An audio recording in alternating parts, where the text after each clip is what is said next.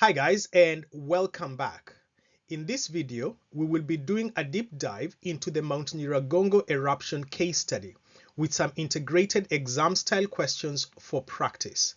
I have had requests to do some specific case study videos, and this is the third in a series that I'm creating to cover all the geography case studies.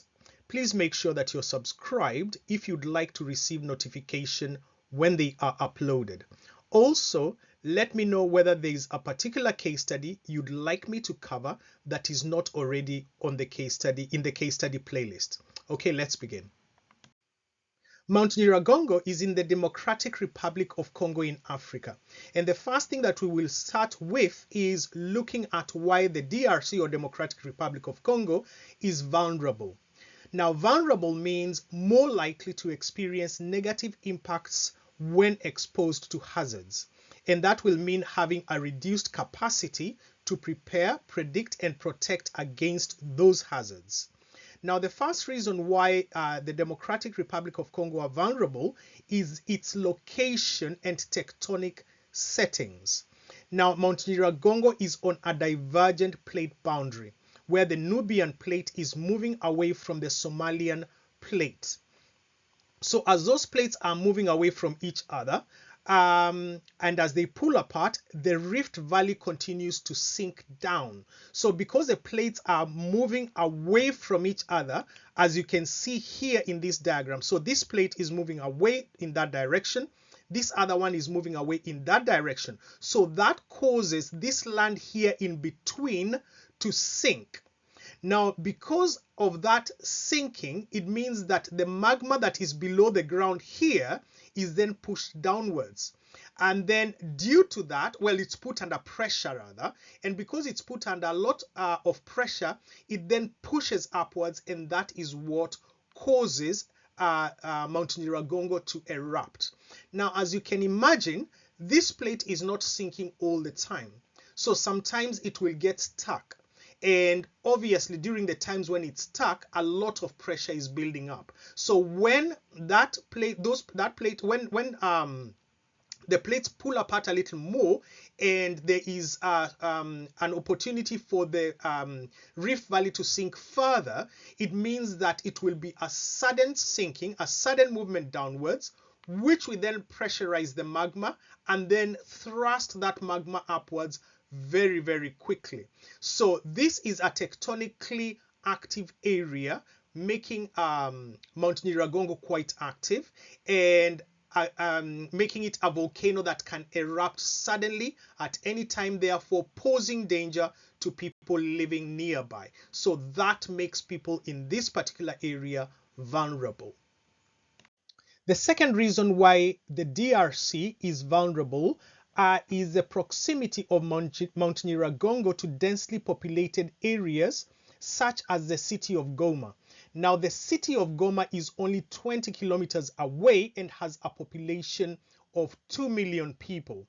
Now, soils around volcanoes are normally fertile, and poor people may have no option but to locate there in order to grow food.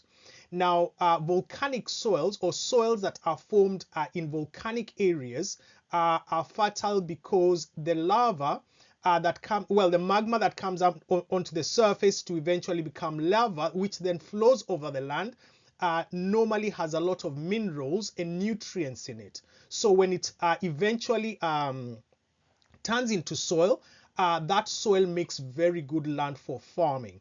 Now, as we know, as we'll look at later as well, the DRC is quite a poor country, and therefore people have to find ways of getting food. Now, the poor people are likely to locate in such areas here so that they can grow food for themselves. And as you can imagine, as more and more people settle down, then settlements such as the city of Goma here, which is quite a large city with over 2 million people, are likely to develop. And this is not necessarily that far away from Mount Nyiragongo, and especially because Mount Nyiragongo's lava is known to be to have very low viscosity and therefore extreme fluidity.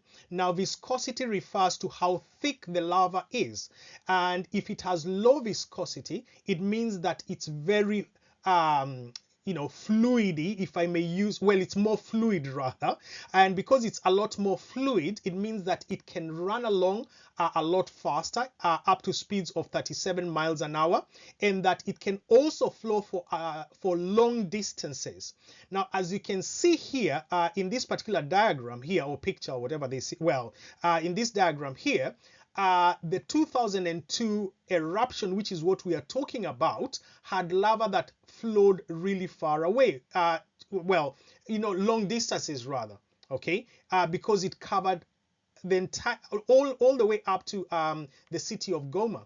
Now, in fact, in that particular eruption of 2002, it covered a 1,000 kilometer wide radius, which means that people that live around this volcano may not necessarily be far enough unless they are over 1,000 kilometers away from it. So 20 kilometers away is not necessarily safe. And as you can see as well, there have been several eruptions. So it's not like this volcano is not likely to erupt again. It's a very active volcano and is likely to erupt again in the future. And the other thing, as you can see here, is that the population of Goma is quite dense. So Goma is very densely populated, meaning that there's potential for a lot of people to be impacted if and when this volcano erupts. And so that is the second reason why the DRC is vulnerable, and that's because of Mount Nyiragongo's proximity to built up areas such as the city of Goma, which has a large population of 2 million people. The third reason why the DRC is vulnerable is its poverty. Now, over 70% of the population in the DRC lives on around $171 a day, which is below the international poverty line for extreme poverty. Now, obviously, like we had discussed earlier, people who are that poor may have no option but to locate their homes close to volcanoes so that they can grow food. Now, if you think about it, such areas are known obviously to be quite dangerous to live in, and a lot of people will not want to live there. But if people are really poor and they have no choice, they will feel that the only way they can survive is live next to the volcano, and then sort of deal with the consequences as they go along. And then the other thing here is that homes and other infrastructure are not necessarily built from very sturdy material, and that will mean that if there is an earthquake that is caused by the volcanic eruption, or an earthquake that occurs before the volcanic eruption, those kinds of infrastructure and homes are likely to be destroyed by the shaking that will result from those earthquakes. Now, we did mention that Mount Nyiragongo is located at a divergent plate boundary where the Rift Valley is sinking. Now, sometimes, obviously, it's not sinking all the time, obviously, but sometimes the Rift Valley is likely to get stuck as it tries to sink downwards. So that will mean that there will be a buildup of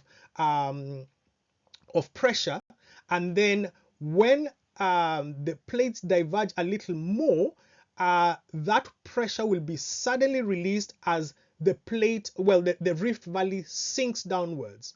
Now, that can cause friction as well, which then sends seismic waves to the surface. So the area is not just prone to volcanoes, but is also prone to earthquakes. And obviously, if you have homes and other infrastructure that is not made from sturdy material, that is likely to be damaged or destroyed during such earthquakes. Then the other thing is that due to the poverty of the country, our communication systems are poor, and people may not receive the communication they need for evacuation in good time. So if the communication is delayed, then a lot more people may not evacuate and therefore be exposed to the dangers of the hazards that are going to be created by this caused by this volcanic eruption. Then poverty also means that recovery takes a very long time because people in this area obviously are poor. They may not have savings and therefore also don't have insurance. And it means that, you know, it will take a long time for them to recover from the impacts of a volcanic eruption. Then lastly, we have relief efforts. And this here means that the DRC has to rely on outside help. So help from other countries and other agencies from outside their country. So international aid is what they rely on because they don't necessarily have the money or the resources to be able to provide their own relief efforts or to respond to a disaster or in the form of a volcanic eruption. And then the last reason why the DRC is vulnerable is poor monitoring and warning systems. Now, problems related to funding cuts and corruption have impacted the effectiveness of volcanic monitoring and early warning systems at Mount Nyiragongo. This can reduce the time available for evacuation and mitigation. So this point here is suggesting that there has been corruption in the DRC, and as a result of that, the amount, the funds that should go to volcanic monitoring of Mount Nyiragongo have not necessarily done so, and there have been also funding cuts, which means that the monitoring of the volcano is poor. And if the monitoring is poor, then it means that it may be difficult for those people who are monitoring it to figure out when the volcano is likely to erupt, or if the volcano is likely to erupt, and therefore communicate that information for evacuation purposes. So that corruption that has led to poor monitoring and warning systems then makes the area a lot more vulnerable because people may not evacuate in good time. What were the impacts of the Mount Nyiragongo eruption? Now, I have categorized the impacts under social, economic, and environmental impacts. Now, the first social impact, and these have to do with people, is that approximately 245 people died, unfortunately, in this particular volcanic eruption. Then the next one is that 400,000 people were evacuated. Some of them fled to neighboring Rwanda and ended up in refugee camps.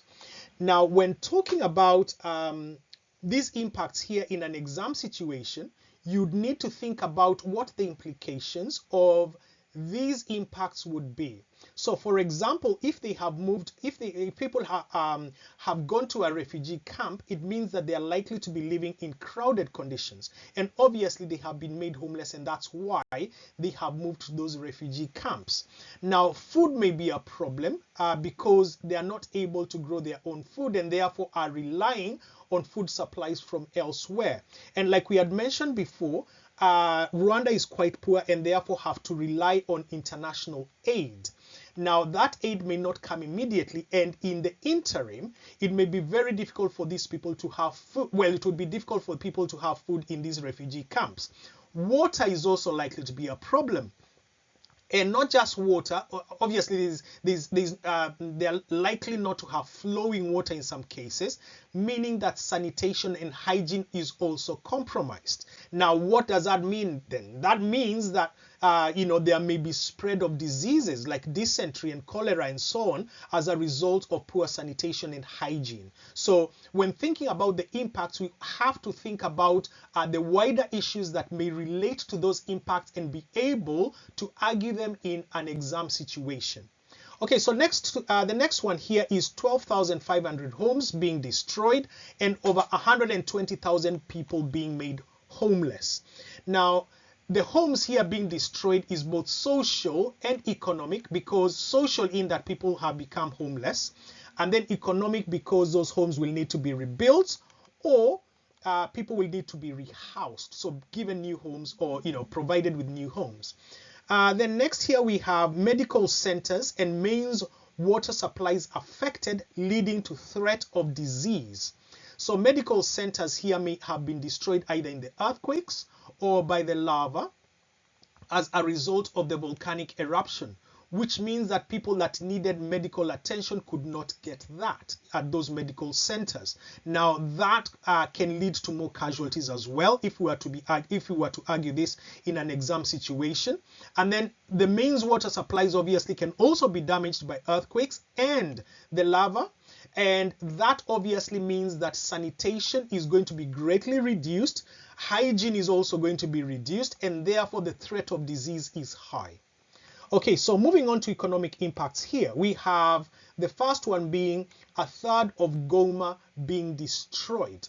Now, Goma obviously is a big city, 2 billion people living there. Now, what are the impacts of a third of that city being destroyed? Think about people's jobs. The ones who work in Goma, the part of Goma that has been destroyed, they are not going to have jobs any longer. The businesses that are there that are likely to close and lose money, and other far-reaching effects. So if we talk about infrastructure as well, roads, schools, hospitals, telecommunication lines, or communication lines and so on, roads, bridges and so on. If those are being destroyed, then it will take a lot of money to restore them to what they were or even better. So that is an economic impact. Okay, and then moving on to the next one, lava covered a third of the runway at Goma Airport. So that also has far-reaching effects because people cannot fly in and out of Goma, which means that business is also hampered. And then if the DRC is relying on tourism and those people are arriving by plane, then they are not going to be able to come into the DRC. So the country is going to lose revenue, tax revenue from tourism, and also revenue for people from tourism, and people who rely on jobs in the tourism industry will be impacted and so on. So you have to think about the issues surrounding each one of those points and be able to argue them out in an examination situation. Okay, so moving on to the third economic impact, and that is that poisonous gases caused acid rain, affecting farming and people's livelihood. So these would be gases obviously like sulfur dioxide that would go into the atmosphere and bring acid rain. Now that affects farming and is an economic impact where people are growing the food to sell to make money. Okay, and then there was widespread looting, so which means that people lost money, their businesses lost money because people were stealing from those businesses. Then poverty meant that people could not rebuild their homes, so the cost of rebuilding was expensive, and considering that the population is poor, then that was an economic impact. Then on to the environmental impact, and the first one again is related to acid rain. So from the volcanic gases such as sulfur dioxide causing acid rain and affecting vegetation and animals. And this time round we are talking about vegetation that is wild vegetation, so not where people are farming. So we are not talking about farms here, we're just talking about trees out there in the wilds and animals in the wild as well.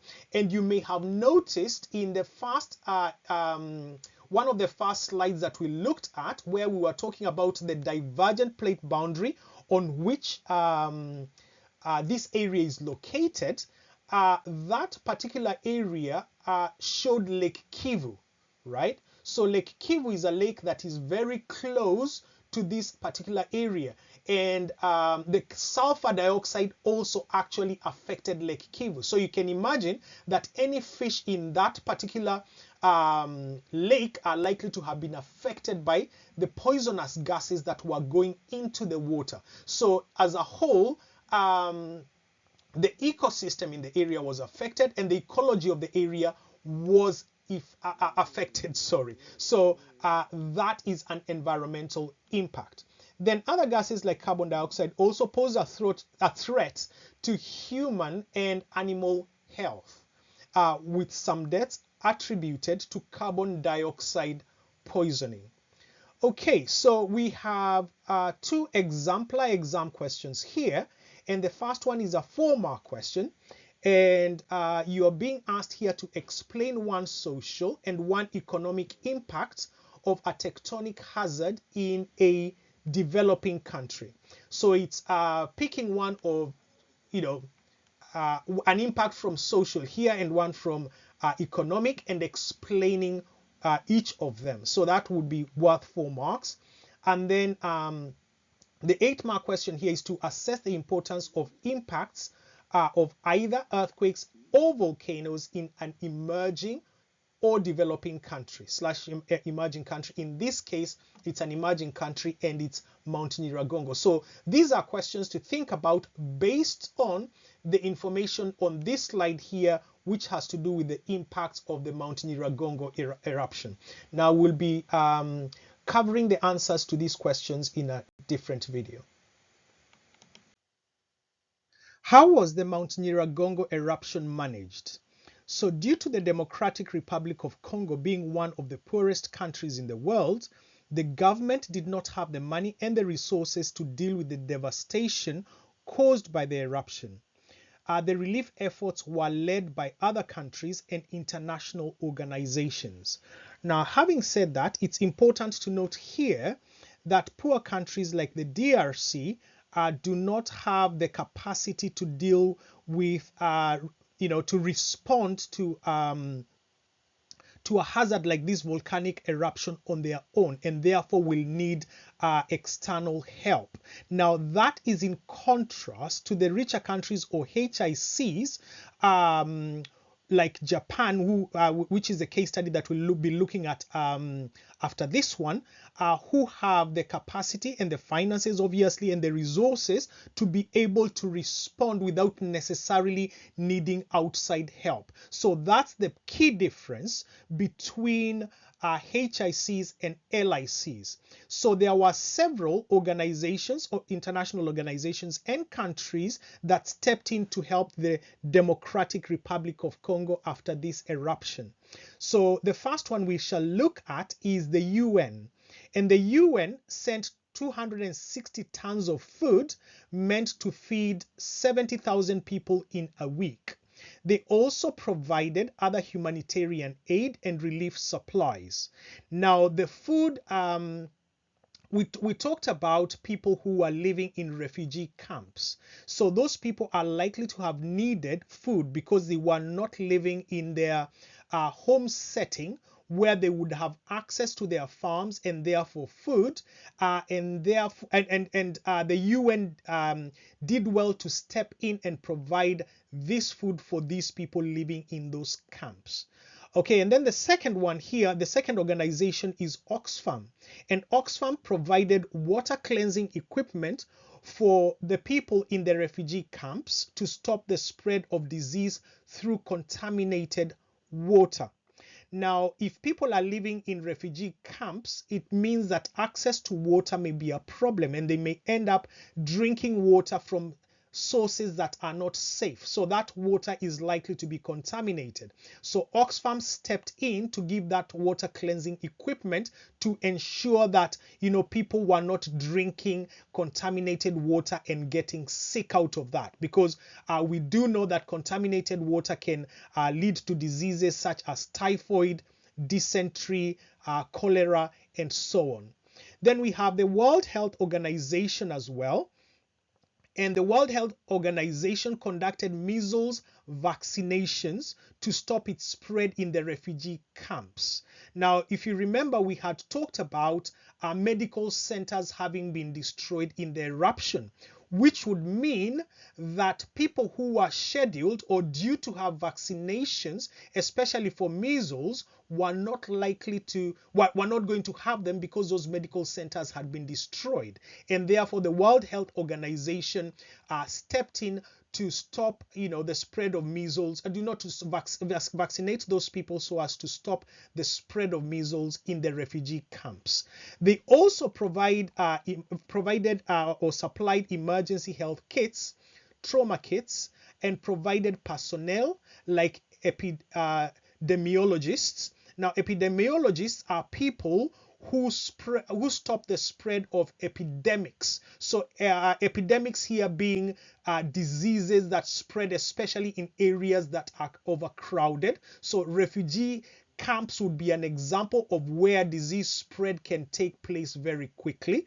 And these specialist personnel obviously stepped in to ensure that that did not happen. Then we have the Red Cross. Now, these guys provided temporary shelters. Well, yes, the government of the DRC pledged to construct 1,000 shelters, and then the Red Cross pledged or contributed 500 more. So the Red Cross helped here with shelters for the people who were homeless. Then we have several governments here that stepped in to help. So countries from the EU, then Rwanda, who are a neighbor to the DRC, and also Switzerland, and they gave $35 million for the refugees, many of whom, as in refugees, had fled to neighboring Rwanda. Okay, so moving on to the exam question here. Now, this one is an 8-marker, and it says assess the effectiveness of the management of a volcano or earthquake hazard in a named emerging or developing country. Okay, so we will answer this in a separate video. That brings us to the end of the Mount Nyiragongo eruption study. I hope that you have found the video useful. I have also done the HIC volcano case study video, which you can find in the case study video playlist or on the suggested videos at the end of this one. I'm currently working on the earthquake case studies and will be uploading their videos shortly. Ensure that you're subscribed if you'd like to be notified when they are uploaded. Also, do not hesitate to send me any questions or case study video suggestions in the comment section below. All the best and see you again soon.